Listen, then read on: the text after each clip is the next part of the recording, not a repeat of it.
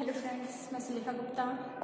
आज हम देख रहे हैं पीएच सेकेंड ईयर की चैप्टर। इसमें हमने पहली जो वीडियो है उसमें देखा था कि तथ्यों के स्रोत, तथ्य कितने प्रकार के होते हैं। तो हमने इसमें देखा था तथ्य 2 प्रकार के होते हैं, प्राथमिक स्रोत और द्वितीयक स्रोत। तो और इससे हमारी अगली वीडियो थी, इसमें हमने देखा था प्राथमिक स्रोत। प्राथमिक स्रोत कौन से होते हैं? जिसमें कि अनुसंधानकर्ता स्वयं उस घटना स्थल पर जाता है और वहां पर जो उसे प्राथमिक तथ्य एकत्रित होते हैं, जो आंकड़े उसे प्राप्त होते हैं, तो वो उसे प्राथमिक स्रोत कहते हैं। प्राथमिक स्रोत हम अवलोकन के द्वारा, अनुसूची के द्वारा, साक्षात्कार के द्वारा, प्रश्नावली के द्वारा प्राप्त कर सकते हैं। इनकी हमने कुछ गुण और उनके दोष देखे और आज की वीडियो हम देख रहे हैं द्वितीयक स्रोत। तो द्वितीयक स्रोत क्या होते हैं?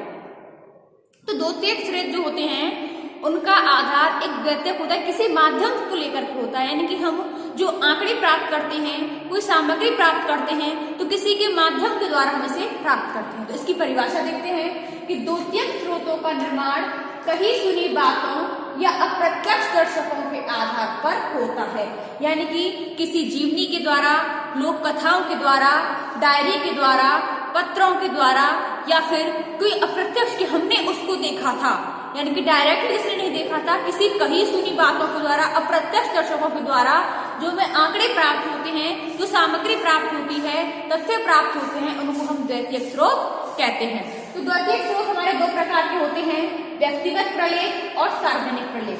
व्यक्तिगत प्रलेख में आता है हमारा पत्र, डायरी, जीवन इतिहास और संस्मरण। और सार्वजनिक प्रलेख में आता है प्रकाशित प्रलेख और अप्रकाशित प्रलेख। प्रकाशित प्रलेख के अंतर्गत शोध संस्थानों के प्रतिवेदन, व्यक्तिगत शोधकर्ताओं के प्रकाशन, व्यावसायिक संस्थाओं एवं परिषदों के प्रकाशन, अंतरराष्ट्रीय संगठनों के प्रकाशन, पत्र पत्रिकाएं। और अप्रकाशित प्रलेख में आता है अभिलेख, अनुसंधानकर्ताओं के प्रतिवेदन, पांडुलिपियां और अप्रकाशित लोकगीत, लोक संगीत, शिलालेख, लोक कथाएं आदि। तो हम सबसे पहले हम देखेंगे द्वितीयक स्रोत। तो द्वितीयक स्रोत, इसमें श्रीमती पीवी इंग ने कहा है कि इन तथ्यों का उपयोग करने वाले एवं इन्हें प्रथम बार एकत्रित करने वाले लोग अलग अलग होते हैं। जो लोग इनका अध्ययन करते हैं और जो लोग इनका एकत्रित करते हैं, वो लोग अलग अलग होते हैं। इसमें प्रोफेसर पीएच मान कहते हैं कि ये द्वितीयक स्तर पर प्राप्त किए गए तथ्य होते हैं। यानी ये प्रथम बार एकत्रित किए हुए तथ्य नहीं होते। जिनको हम प्रथम बार में एकत्रित कर लेते हैं वो तो प्राथमिक तथ्य होते हैं, परंतु द्वितीयक तथ्य वो होते हैं जो प्रथम बार एकत्रित किए हुए नहीं होते हैं, बल्कि ये अन्य व्यक्तियों के द्वारा एकत्रित मूल तथ्यों के आधार पर रचित तथ्य होते हैं। इससे स्पष्ट होता है कि द्वितीयक सामग्री तथ्य संकलन की ऐसी सामग्री है जिसका प्रथम बार संकलन करने वाले लोग अब शोधकर्ता के लिए इसका उपयोग करने वाले लोगों से अलग होते हैं। द्वितीयक स्रोतों से कई बार सरलता से कुछ ऐसी महत्वपूर्ण सूचनाएं मिलती हैं जो कि प्राथमिक स्रोतों से भी नहीं मिल पाती। सामाजिक शोध में द्वितीयक स्रोतों का प्राथमिक स्रोतों की तुलना में कम महत्व नहीं होता है। प्राथमिक तथ्यों की सत्यता का पता लगाने के लिए द्वितीयक स्रोतों के द्वारा प्राप्त तथ्यों पर भी निर्भर रहना पड़ता है। तो द्वितीयक स्रोतों को 2 भागों में डिवाइड किया है, व्यक्तिगत प्रलेख और सार्वजनिक प्रलेख। तो सबसे पहले हम देखेंगे व्यक्तिगत प्रलेख कि व्यक्तिगत प्रलेख क्या होता है। तो जो एक व्यक्ति अपने स्वयं के बारे में या सामाजिक घटनाओं को एक विशेष दृष्टिकोण से देखकर, समझकर उसको प्रस्तुत करता है, वे व्यक्तिगत प्रलेख कहलाते हैं। इसके अंदर व्यक्तिगत प्रलेखों के अंदर व्यक्ति के विचारों, उसकी भावनाओं, आदर्शों, इन सभी का उसके अंदर समावेश होता है। व्यक्तिगत प्रलेख के रूप में जो उपलब्ध लिखित सामग्री होती है वे प्रकाशित भी होती है और अप्रकाशित भी होती है। व्यक्तिगत प्रलेख का अर्थ अपने संकुचित अर्थ में कहा है कि व्यक्तिगत प्रलेख किसी व्यक्ति के द्वारा अनुभवों और विश्वासों के बारे में स्वयं के द्वारा लिखा गया एक विवरण होता है। व्यक्तिगत प्रलेखों के अंतर्गत उन सभी प्रलेखों को सम्मिलित किया जाता है जो सूचनादाताओं के व्यक्तिगत जीवन के आधार पर स्वयं उन्हीं के द्वारा लिखे होते हैं एवं जिनमें उनके स्वयं के अनुभव शामिल होते हैं। व्यक्तिगत प्रलेख व्यक्तियों, एक समय विशेष की परिस्थितियों एवं भूतकाल में घटित सामाजिक घटनाओं को ऐतिहासिक पृष्ठभूमि में समझने में योग देते हैं। यद्यपि व्यक्तिगत प्रलेख व्यक्तिपरक होते हैं, परंतु फिर भी सामाजिक शोध में इनकी काफी उपयोगिता होती है। ये सामाजिक प्रक्रियाओं को समझने के लिए आवश्यक सामग्री प्रदान करते हैं। इनकी इस दृष्टि से भी महत्व होता है कि एक विशिष्ट समय में लोगों के रहन सहन, उनका खान पान, व्यवहार, सामाजिक आदर्श नियम, इन सब का पता चलता है। पत्र, डायरी, जीवन इतिहास, संस्मरण, ये सब व्यक्तिगत प्रलेखों के अंतर्गत आते हैं। तो इसमें सबसे पहले हम देखेंगे पत्र, कि पत्र के अंदर क्या आता है, पत्र क्या होता है। तो सामान्य व्यक्ति अपने जीवन में कई सारे पत्र लिखता है, लेकिन फिर भी अधिकांश पत्र वैयक्तिक होते हैं, परंतु फिर भी ये महत्वपूर्ण सामग्री प्रस्तुत करने में भी कार्य करते हैं। अध्ययन की दृष्टि से अगर हम देखते हैं तो एक इतिहासकारों एवं जीवन लेखकों के द्वारा पत्रों का विशेष उपयोग होता है। सर्वप्रथम पत्रों को काम में लेते हैं। व्यक्तिगत पत्र लिखने वालों के विचारों, दृष्टिकोणों को समझने में मदद प्रदान करवाते हैं। पत्र अपने निकट के व्यक्तियों को लिखे जाते हैं और इसमें व्यक्ति अपने महत्वपूर्ण विचारों, भावनाओं, जीवन की प्रमुख घटनाओं, अनुभवों, प्रेम, घृणाओं, अपनी योजना, उन सबको उसमें व्यक्त करता है। पत्रों में राजनीतिक घटनाओं एवं सामाजिक जीवन का विवरण होता है। जीवन के अंतरंग पक्षों में जो बातें होती हैं वो लिखी जाती हैं। इसमें पारिवारिक तनाव, वैवाहिक संबंध, यौनिक असंतुलन, पृथक्करण, विवाह विच्छेद आदि, इन सभी से संबंधित महत्वपूर्ण बातों का पता हम पत्रों के माध्यम से सरलता से लगा लेते हैं। क्योंकि पत्र व्यक्तिगत होते हैं, इसी के साथ ही गोपनीय भी होते हैं। व्यक्तिगत होने के कारण इनको प्राप्त करना कठिन होता है। पत्रों में संदर्भ सहित घटनाओं का विवरण नहीं होता है। अब आता है हमारा डायरी। तो कई लोग अपने दिन प्रतिदिन की जो घटनाएं होती हैं उनको डायरी में दिन प्रतिदिन लिखते हैं, क्योंकि डायरी एक पूरी तरह से गोपनीय दस्तावेज होता है। इसलिए व्यक्ति के जीवन की रहस्यमयी बातों का पता लगाने के लिए यह एक विश्वसनीय स्रोत होता है। इसमें जॉन मेज ने लिखा है कि डायरियां सबसे ज्यादा रहस्योद्घाटन करने वाली होती हैं, क्योंकि एक ओर व्यक्तियों को इनका जनता के सामने प्रदर्शित होने का भय नहीं होता और दूसरी ओर इसमें घटनाओं एवं क्रियाओं में घटित होने, संपन्न होने के समय ही उनको बहुत कुछ स्पष्ट रूप में देखा जा सकता है। इसमें गोपनीय तथ्य प्राप्त होते हैं, अधिक विश्वसनीय होते हैं, क्योंकि लेखक डायरी में घटनाओं का यथार्थ चित्रण करता है। वह प्रदर्शन या प्रकाशन के उद्देश्य डायरी नहीं लिखता है। महापुरुषों के कार्यों, यात्रा का विवरण, जेल जीवन का वृतांत, युद्ध या किसी अन्य की डायरी नहीं लिखता है। डायरियों द्वारा जो सूचनाएं प्राप्त होती हैं, क्योंकि उनमें सामान्यतः घटनाओं को तोड़-मरोड़ करके लिखते हैं, परंतु गोपनीय एवं विश्वसनीय तथ्यों को प्राप्त करने के लिए यह एक महत्वपूर्ण साधन होता है। लेकिन इसमें भी डायरी की काफी उपयोगिता होने के बाद भी इसकी कुछ सीमाएं होती हैं, कुछ दोष होते हैं, क्योंकि डायरियों में घटनाओं को पूरी तरह स्वीकार करके चला जाता है। अक्सर उन व्यक्तियों या उन दशाओं का विवरण भुला दिया जाता है जिनके अस्तित्व व चरित्र के बारे में डायरी के लेखक को अनुमान होता है। अब आता है जीवन इतिहास।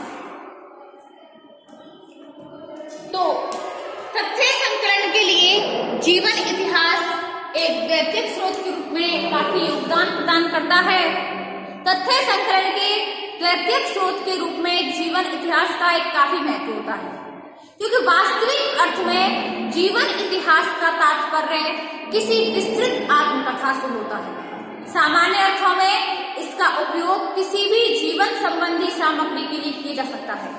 दूसरे शब्दों में कहें तो जीवन इतिहास का तात्पर्य किसी भी प्रकार की जीवन संबंधी सामग्री से होता है। जीवन इतिहास के दो रूप देखने को मिलते हैं, एक तो आत्मकथा और एक जीवन चरित्र। आत्मकथा में व्यक्ति अपने संबंध में स्वयं लिखता है और जीवन चरित्र में जिसे कोई व्यक्ति किसी अन्य व्यक्ति की जीवन संबंधी घटनाओं के बारे में लिखता है। जीवन इतिहास आत्मकथा के रूप में स्वयं द्वारा भी लिखा जाता है और किसी अन्य व्यक्ति के द्वारा भी लिखा जा सकता है। ये दोनों ही द्वितीयक तथ्य संकलन के स्रोत होते हैं। किसी महापुरुष के जीवन इतिहास में उसके समय की सामाजिक, आर्थिक, राजनीतिक, सांस्कृतिक एवं विभिन्न प्रकार की घटनाओं को समझने में सहायता मिलती है। जीवन इतिहास की भी कुछ अपनी सीमाएं होती हैं, क्योंकि इसमें वस्तुनिष्ठता का भाव पाया जाता है। आत्मकथाएं लिखने वाले लोग यह जानते हैं कि उनका प्रकाशन होगा, इसलिए वे उनके दुर्बल पक्षों को कई बार छुपा जाते हैं, परिस्थितियों और घटनाओं का यथार्थ चित्रण नहीं करते। उसमें आत्मकथाओं के द्वारा जो प्राप्त सामग्री होती है उसमें विश्वसनीयता कम हो जाती है। चौथा आता है संस्मरण। तो कई लोग अपनी यात्राओं, जीवन की घटनाओं एवं रोमांचकारी अनुभवों को संस्मरण के रूप में लिखते हैं या इन्हें समय समय पर अन्य व्यक्तियों को सुनाते रहते हैं। ये संस्मरण न केवल व्यक्ति के जीवन अनुभवों का लेखा जोखा प्रस्तुत करते हैं, बल्कि काल विशेष की समाज की दशाओं का भी चित्रण करते हैं। यात्राओं और घटनाओं के संस्मरण लिखने का प्रचलन प्राचीन काल से चला आ रहा है। अब है व्यक्तिगत प्रलेखों की उपयोगिता। सामाजिक अनुसंधान में व्यक्तिगत प्रलेखों का बहुत महत्व होता है। सामाजिक घटनाओं के संबंध में ये प्रलेख बहुत जानकारी प्रदान करते हैं। यदि पत्र, डायरिया, जीवन इतिहास संस्मरण प्रकाश के उद्देश्य से नहीं लिखे गए तो इनकी विश्वसनीयता, वस्तुनिष्ठता काफी बढ़ जाती है। व्यक्तिगत प्रलेख उस समय ज्यादा महत्वपूर्ण बन जाते हैं जब ये संबंधित व्यक्ति को बिना अनुरोध के प्राप्त हो जाएं।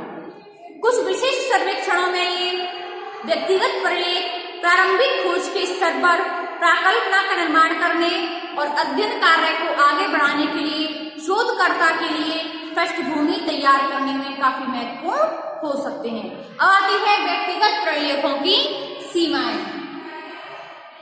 तो उसमें सबसे पहले आता है कि इनको प्राप्त करने में बहुत कठिनाई होती है, क्योंकि जब व्यक्ति को पता लगाना आसान होता है कि कौन से प्रलेख कहाँ से प्राप्त होंगे, किसके पास होंगे, यदि यह पता भी चल जाए तो यह आवश्यक नहीं कि शोधकर्ता के लिए कोई व्यक्ति इनको दे भी दे। दूसरी आती है कि प्रामाणिकता की समस्या होती है। व्यक्तिगत प्रलेखों की एक सीमा होती है इनकी प्रामाणिकता का पता लगाना, इनकी सत्यता की जांच करना। कई व्यक्तिगत प्रलेख कई बार अतिशयोक्ति के होते हैं, उनमें घटनाओं और व्यक्तियों को अनुभवों का बड़ा चढ़ा करके वर्णन कर दिया जाता है। तीसरा आता है वैज्ञानिक सामान्यीकरण में कठिनाई। तो कई बार इसमें सामान्यीकरण में बहुत कठिनाई होती है। व्यक्तिगत प्रलेख व्यक्ति विशेष के विचारों, दृष्टिकोणों, सामाजिक विचारों इनमें निष्कर्ष निकालना काफी कठिन होता है। सांख्यिकी विश्लेषण में कठिनाई होती है और इसमें पक्षपात करने की भी संभावना रहती है। और दूसरा देखेंगे सार्वजनिक प्रलेख। सार्वजनिक प्रलेख क्या होते हैं? तो सामग्री संकलन के द्वितीयक स्रोत के रूप में सार्वजनिक प्रलेख का काफी महत्व होता है। किसी सार्वजनिक हित को ध्यान में रख करके सरकारी या गैर सरकारी संस्था के द्वारा सार्वजनिक प्रलेख तैयार किए जाते हैं, जो कि कभी कभी व्यक्तिगत स्तर पर भी तथ्य संकलित होते हैं। यदि इन्हें सार्वजनिक उपयोग के लिए काम में लिया जाता है तो ऐसी सामग्री भी सार्वजनिक प्रलेख के अंतर्गत आती है। सार्वजनिक प्रलेख व्यक्तिगत प्रलेख की तुलना में अधिक विस्तृत और व्यापक जानकारी प्रदान करने वाली होती है। इसमें दो प्रकार के होते हैं, प्रकाशित प्रलेख और अप्रकाशित प्रलेख। तो सबसे पहले देखेंगे प्रकाशित प्रलेख। तो सरकारी और गैर सरकारी संगठनों के द्वारा समय समय पर कई बार प्राथमिक रूप में संकलित कराए जाते हैं, जिन्हें सार्वजनिक उपयोग के लिए प्रकाशित कर दिया जाता है। जब इन तथ्यों का अन्य अनुसंधानकर्ताओं के द्वारा उपयोग किया जाता है तो उनके लिए ये तथ्य प्रकाशित प्रलेखों के रूप में तथ्य संकलन का द्वितीयक स्रोत बन जाते हैं। इसमें सबसे पहले हम देखेंगे शोध संस्थानों में प्रतिवेदन। विभिन्न शोध संस्थानों अपने शोध कार्यों को विवरण प्राप्त करने के लिए समय समय पर प्रतिवेदन प्रकाशित किए जाते हैं। यह सामग्री अन्य शोधकर्ताओं के लिए काफी उपयोगी होती है। दूसरा आता है व्यक्तिगत शोधकर्ताओं के प्रकाशन। तो इसके अंतर्गत जब व्यक्ति कोई भी शोध कार्य करता है तो उसे विभिन्न क्षेत्र में अपना शोध कार्य संपन्न करके शोध निबंध प्रकाशित करते हैं। ये प्रकाशन भी सार्वजनिक प्रलेख के रूप में द्वितीयक सामग्री के रूप में प्राप्त होते हैं। तीसरा आता है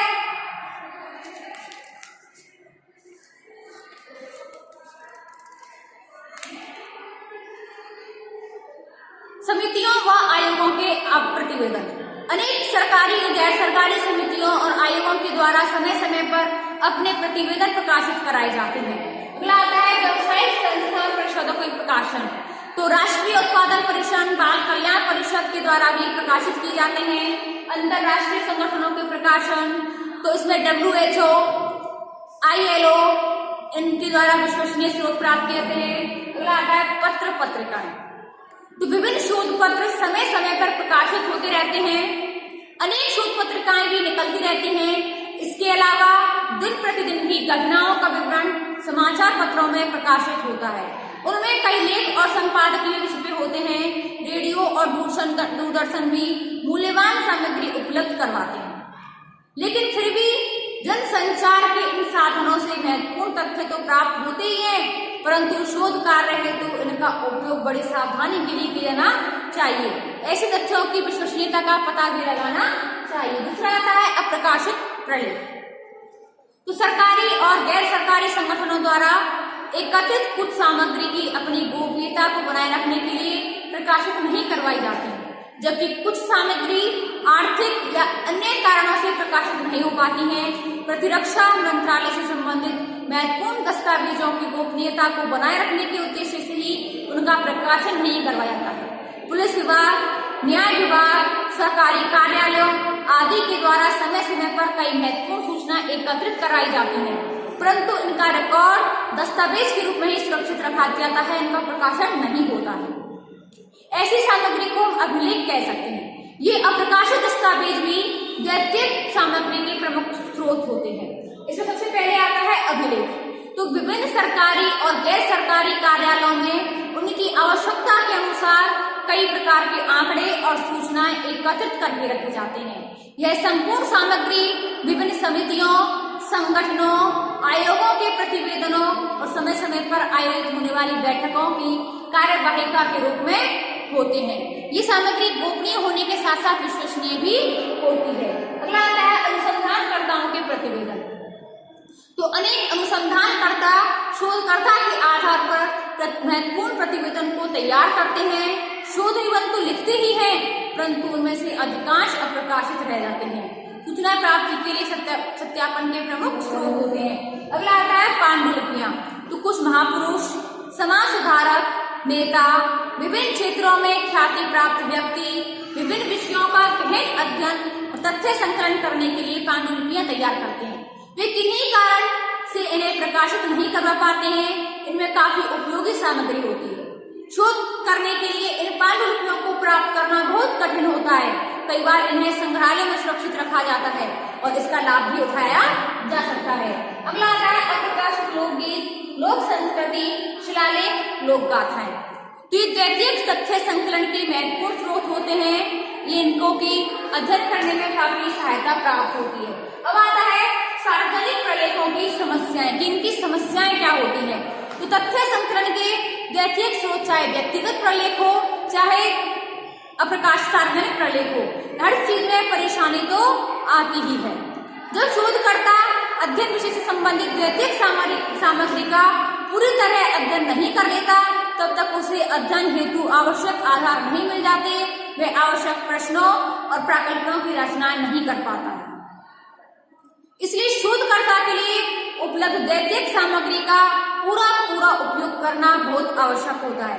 इसमें श्रीमती पीबी यंग का कहना है कि विश्वसनीय प्रलेख सामग्री के उपयोग में लाभ करने चाहिए।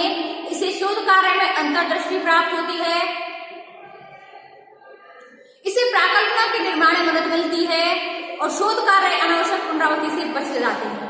इसमें कहा गया है कि जब भी कोई खोज या अनुसंधान करना चाहता हूँ तो मैं भूतकाल में उसके संबंध में जो कुछ किया जा चुका है उसे पढ़कर उसके पश्चात अपना कार्य आरंभ करना चाहता हूँ। इसकी कुछ सीमाएं भी होती हैं जिसको कि दोहराने की आवश्यकता नहीं होती है। तो फ्रेंड्स, आज की जो हमारी वीडियो थी वो है द्वितीयक प्रलेखों के ऊपर, द्वितीयक स्रोतों के ऊपर कि द्वितीयक स्रोत किसे कहा गया है, द्वितीयक स्रोत कितने प्रकार के होते हैं। ये 2 प्रकार के होते हैं। इसके अंदर की क्या प्रॉब्लम है, इसके अंदर कौन कौन से स्रोत आते हैं। स्टूडेंट्स, आज की वीडियो में बस इतना ही। इससे आगे हम देखेंगे अपने न्यू चैप्टर में अपनी नेक्स्ट वीडियो में। धन्यवाद।